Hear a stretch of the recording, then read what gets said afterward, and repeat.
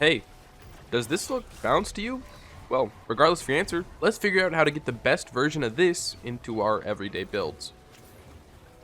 Over the past couple of weeks, we have gotten a lot of info from Bungie regarding Season 22, which at the time of recording is less than 10 days away. One of these posts was a dev insight on armor and abilities that will be changed come next season. The exotic armor that we're going to talk about today, which is Sunbracers, was only mentioned once, and that was letting us know that a bug was going to be fixed with it.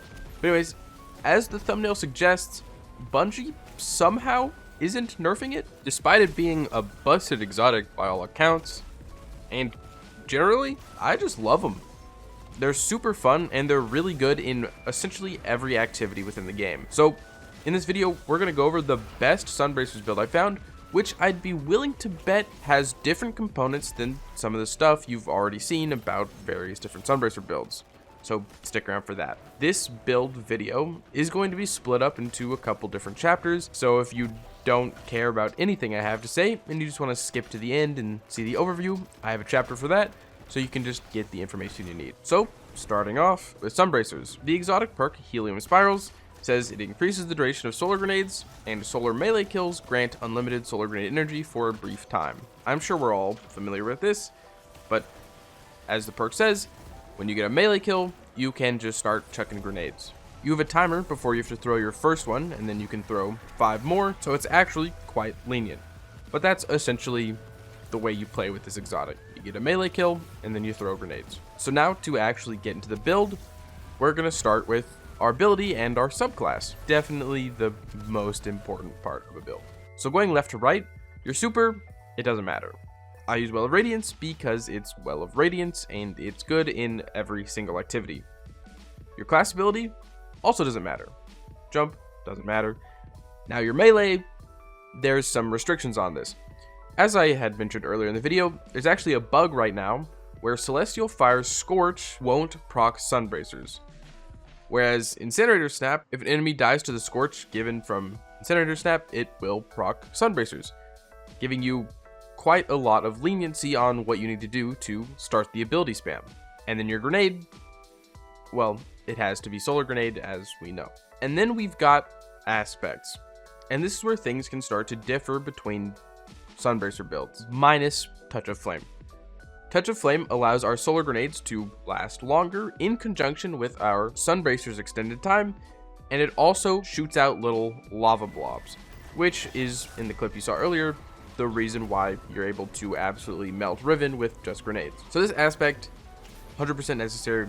You need it for pretty much any Sunbracer build. Then the second aspect is where there's contention between me and the other Sunbracer builds I see online, and that is I use Icarus Dash. Heat Rises is honestly the normal and default aspect people go to, but I don't make builds with the intention of them just being gimmicky or usable in strikes, because we're not doing strikes, we're doing Grandmasters, solo lost sectors, dungeons, raids, and the way Heat Rises works is you need to be in the air. And you know what isn't in the air? Cover. So that Overload Captain is going to destroy you. So I've decided to make this build working away from Heat Rises, allowing this build to be way more consistent across the entirety of the game. So that's not to say you can't use Heat Rises, just this build doesn't because I think it's a little too gimmicky. And for that, I use Icarus Dash because it's more fun, and movement is awesome. Now we've got our Fragments. First up, we've got Ember of Resolve, which Solar Grenade Final Blows cure you. Being able to just chuck grenades and get health off of them is really good, especially in end-game content. And I think it's pretty easy to understand that. Next up, we've got Ember of Torches. Powered melee attacks give you and nearby allies Radiant. This is also really good, because that allows you to take care of barrier champions with any weapon, as well as just having a 25% damage boost whenever you need it. And in this build, that will essentially be all the time. Next up, we have Ember of Ashes. You apply more Scorch stacks. That's just good. because your solar grenade is going to be applying scorch stacks, as well as your melee, and also one other piece of the build, which I haven't spoken about yet. And then lastly, we have Ember of Searing. Defeating scorched targets gives you melee energy. And this is kind of a catch-all for the whole build, because to start ability spam, you need melee energy. And when you throw your grenade, you'll start scorching enemies, and then you'll start killing those enemies with the grenade. So your grenade is essentially just a melee generation battery. Really crazy, to be honest. So that's the abilities, aspects, and fragments. Really simple. Regarding things that you could probably switch out, I would say the only fragment is Ember of Resolve. Because if you aren't in a piece of content where you need the health regen or you're not worried about it, then you can look at other stuff, namely Ember of Benevolence if you want to have a little bit more melee regeneration, or something like Ember of Solace, where it increases the duration of Radiant or Restoration. And then finally, you might do Ember of Eruption, so your solar ignitions kill more stuff. So that's our subclass build out done. Now let's talk armor mods, which is where this build gets extra forgiving with how easy it is to just have constant abilities. Looking at the mod page, you'll see it's kind of empty, and that's because this build does not take much at all.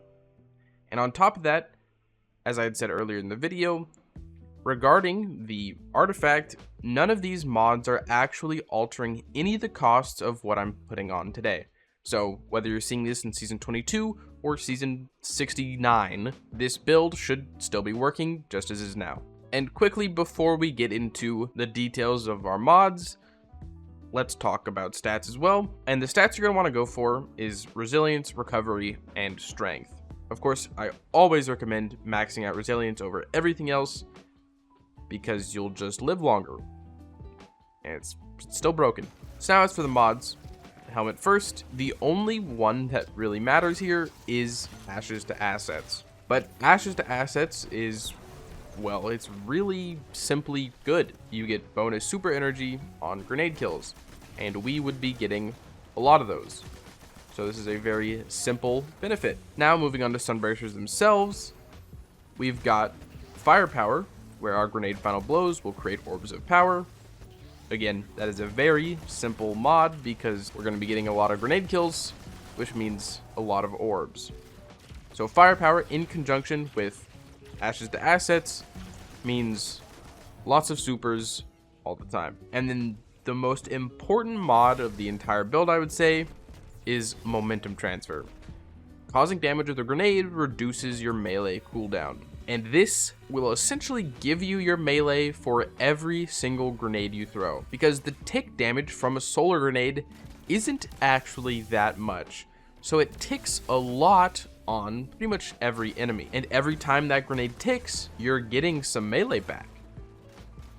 And since you can throw out 4 to 5 of these grenades every time you get a melee kill, you don't need anything else. But on top of this, solar grenades are also scorching the targets and killing them, which with our fragment gives us melee back. Moving on to our chest piece, I have nothing.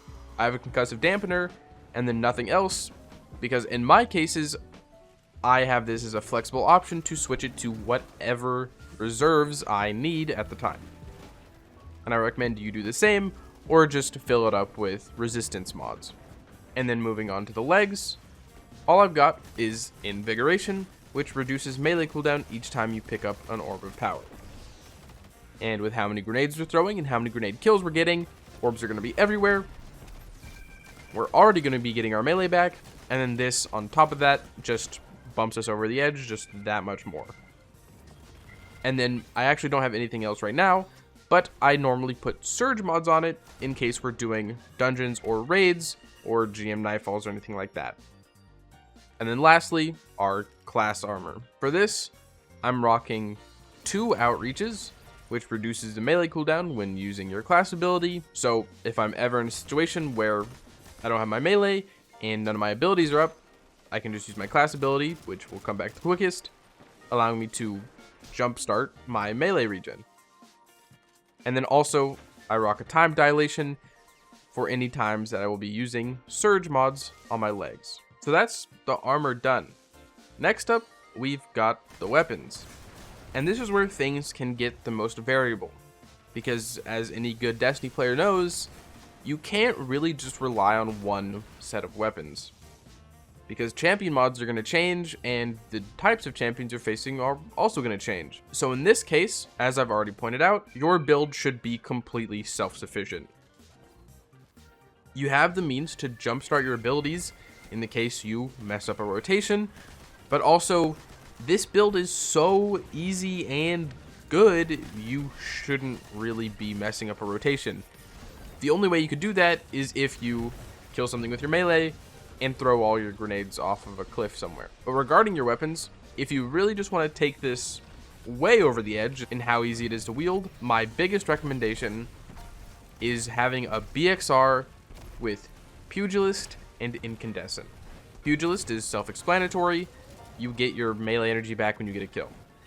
So if you ever need your melee and you don't have your Rift to jumpstart it, you can just get a couple kills with your BXR doing just that.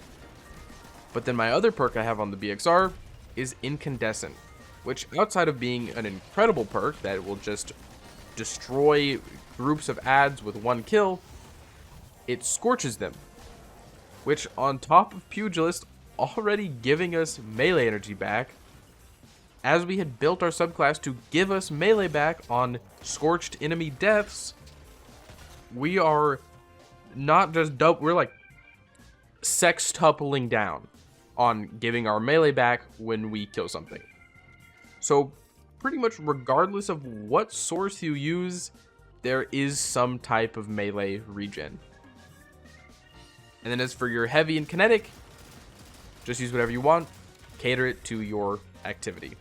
Outside of everything you've seen as I've been talking about the build, I don't know if there's a whole lot more to talk about, because this build is just super simple and busted. You can get some really satisfying kills, especially if you group some enemies up and those globs start dealing massive damage. It's really as simple as kill one thing with a melee and then you kill everything with your grenades. At this point, I sound like a broken record, so that's probably where I'm going to end it. If you've got any questions, leave them down in the comments below, as well as I'd love to hear your feedback about this build video. This is my first real video going to the build community, so please let me know how I did. And with that, thank you so much for watching. If you want to support me, a like, a comment, a subscription, greatly appreciated. But if you want to support me and support this channel and you can't think of a comment down below, Sunbracers. And of course, I hope you're having a great day, and I hope to see you around.